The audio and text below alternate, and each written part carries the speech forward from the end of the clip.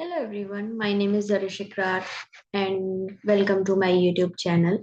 This is my first ever video on my YouTube channel. Please do like and subscribe if you like this video.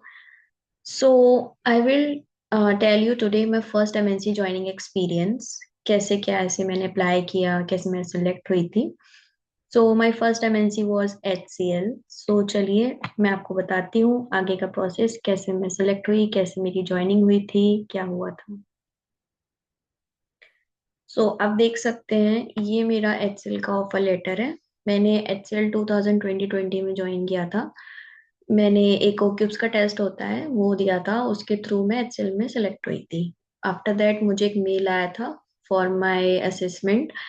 Assessment के बाद फिर मुझे एक और mail आया था, मेरा असेसमेंट क्लियर हो गया था for the technical round. And सारे प्रोसेस मेरे वर्चुअली हुए थे क्योंकि उस टाइम कोरोना था. तो अब माइट भी ये प्रोसेस चेंज हो गया हो कि वो वर्चुअल ना ले रहे हो interview. But at that my time सारा प्रोसेस वर्चुअली हुआ था. तो मेरा असेसमेंट हुआ था. आफ्टर दैट मुझे टेक्निकल राउंड के लिए कॉल आया था, फिर मेरा टेक्निकल हुआ था.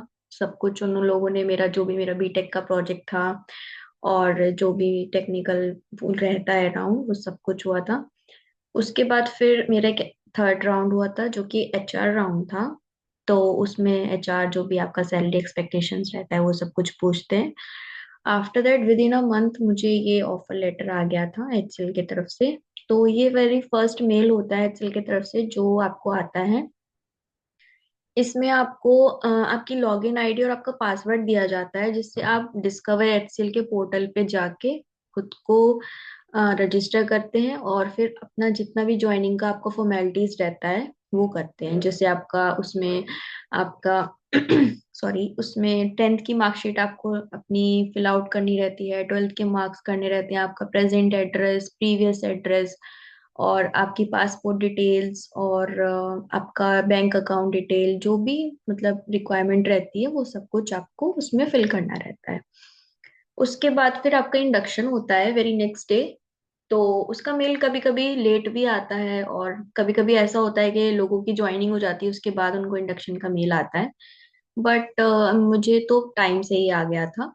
तो मेरे काफी साथ के जो फेलोज थे, मेरे क्लासमेट थे, तो उनको लेट आया था. बट मुझे टाइम पर ही आ गया था. तो इंडक्शन होता है आपका 1 से 2 घंटे का होता है वो. उसमें आपको सारी डिटेल्स बताई जाती हैं, जैसे आप कैसे अपना अकाउंट डिटेल फिल कर सकते हैं HCL के पोर्टल पे जाके, और जो भी पॉलिसीज रहती हैं HCL की लीव के अकॉर्डिंग, और जो भी मैटरनल लीव होती है और जो भी जितनी सारी लीव्स होती हैं या जो भी बेनिफिट्स HCL देती है, कैब फैसिलिटी देती है, तो वो सब कुछ आपको उसमें बताया जाता है. उसके बाद फिर इंडक्शन के बाद मुझे ये सेकंड मेल आया था जिसमें मुझे अपनी बैंक की डिटेल्स फिल करनी थी. तो मैंने कर दी थी. आपका अकाउंट जो है, अच्छा इन लोग के ना पार्टनर्स रहते हैं जैसे बैंक के पार्टनर्स. तो अगर आपको ICICI या HDFC या स्टैंडर्ड में अपना अकाउंट ओपन कराना है तो आपको अपना डिटेल्स उन लोगों को देना पड़ता है. तो वो किसी भी जो भी थर्ड पार्टी के थ्रू जो भी होता है, जो भी उनके मतलब वेंडर वाले होते हैं, वो आपको कांटेक्ट करते हैं, आपका अकाउंट ओपन कर देते हैं और ये जीरो बैलेंस अकाउंट ओपन करते हैं. तो अगर आप चाह रहे हैं कि आपको उस अकाउंट में पैसे नहीं रखने हैं, दूसरे अकाउंट में पैसे रखने हैं, तो you can totally transfer your full salary. तो मेरा तो कोटक में था, तो मैंने नहीं ओपन करवाया था ICICI में, ना ही HDFC में. कोटक वाला भी ये लोग ले लेते हैं, बट ICICI और HDFC इनके पार्टनर्स रहते हैं. बोलते हैं कि अगर इसमें अकाउंट होता है तो सैलरी जल्दी आती है, तो अगर आप चाहें तो आप इन दोनों बैंक में से किसी भी बैंक में अपना अकाउंट ओपन करवा सकते हैं. उसके बाद फिर मुझे ये थर्ड मेल आया था जिसमें मेरा ID क्रिएशन हो गया था HCL की. सॉरी, मैंने अपनी ID और अपना सैप कोड थोड़ा काट दिया है क्योंकि नहीं दिखा सकते. तो ये मेरा थर्ड मेल था जिसमें मुझे लॉगिन डिटेल्स भेजी गई थी आउटलुक की, और मेरा जो भी माई HCL ऐप होता है उसकी लॉगिन डिटेल्स. उसके बाद फिर आपको एक और मेल आता है रिपोर्टिंग मैनेजर का, जिसमें आप जिस भी मैनेजर को रिपोर्ट कर रहे हैं तो उसकी डिटेल्स होती हैं. तो मेरा तो उस टाइम वर्क फ्रॉम होम ही था क्योंकि कोरोना था. बट अभी ये हो गया है कि आपको जाके रिपोर्ट करना पड़ता है HCL में.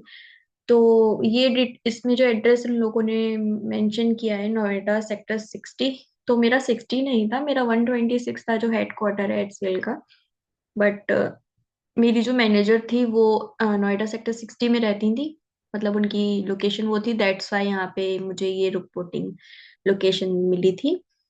तो ये मेरा एक और मेल आया था।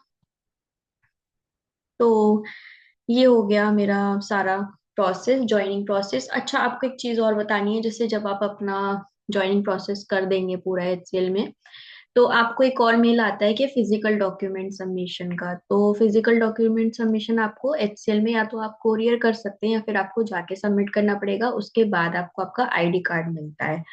तो अगर आप जा रहे हैं अपना आईडी कार्ड लेने, तो इस बात का ध्यान रखिएगा कि आपका पैन या आधार आपके साथ हो। विदाउट दैट आपको अंदर नहीं जाने देते हैं। और अगर आप किसी को साथ लेके जा रहे हैं, आपके पेरेंट्स या फिर कोई भी आपका फ्रेंड, तो वो भी नॉट अलाउड होता है अंदर, सिर्फ आप ही जा सकते हैं। और वहां पे आपका सैप कोड पूछा जाएगा, जिससे देखिए ये मुझे सैप आईडी मेरी यहाँ पे मेंशन है। तो ये सैप आईडी आप बताएंगे, आपको जो गार्ड अंकल होंगे गेट पर बैठे होंगे वो आपको अंदर जाने देंगे। तो सर यही रहा मेरा एक्सपीरियंस। और अगर आपको वीडियो अच्छा लगा हो तो प्लीज इसे लाइक करिएगा, सब्सक्राइब करिएगा, और ऐसे और वीडियोस अगर आप चाहते हैं मैं अपलोड करूं तो प्लीज थोड़ा सपोर्ट करिएगा। Thank you so much.